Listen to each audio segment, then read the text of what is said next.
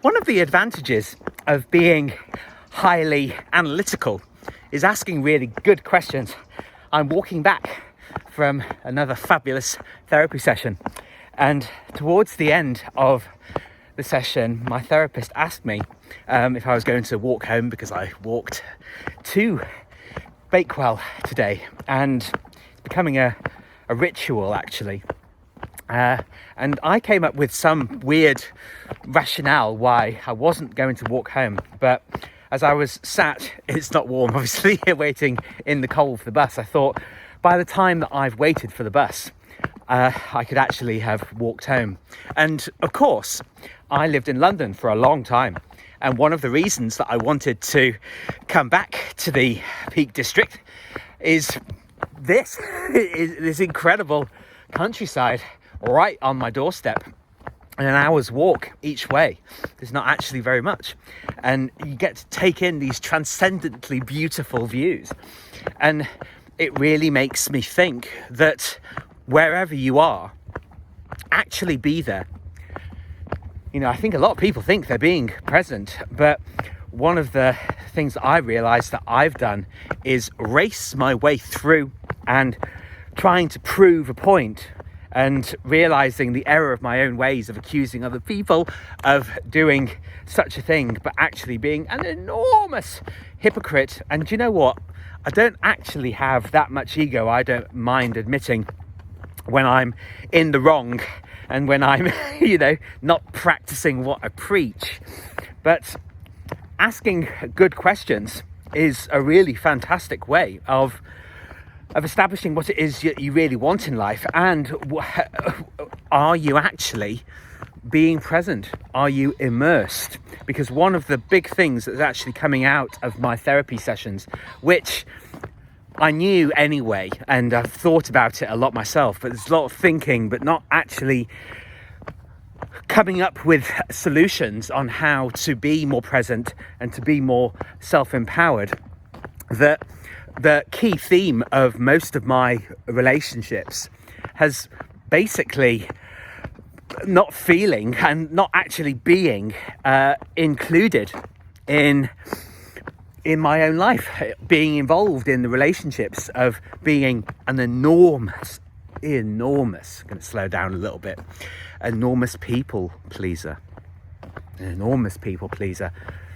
making sure that everybody else gets their needs satisfied, but not my own.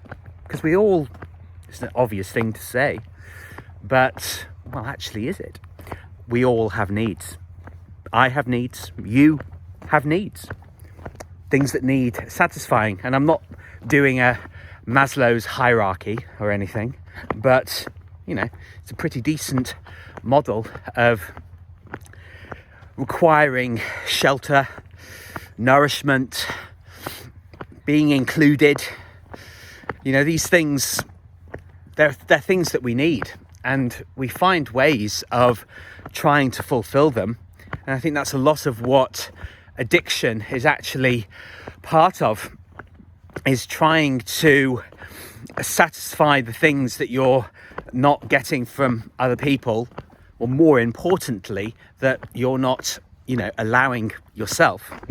And I'm going to switch hands so you can see the trees, because this is one of the reasons I love forests. But when I'm walking through the woods in the surrounding area, I actually thought to myself on the journey here, this journey, thinking, well, how often do I actually stop to admire those woods, to look at the trees, to look at the tree trunk, the branches, the twigs, the leaves, whether they're on or off the trees.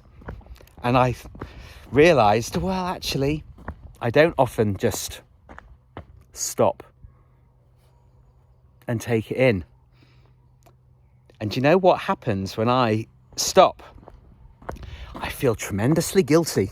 And I'm laughing, but I do. I feel very, very guilty, because I think that, I should be doing something else. No. I watched a fantastic video that was suggested to me this morning on YouTube. And it was about stopping chasing. And I talk about not looking for things outside of you. Look for things within you. Who me be, you know? It sounds, all these things have taken on sort of corny connotation, but intimacy. Into me, see, you see? You know, it's clever. You know, people come up with this stuff, but do we actually practice any of it?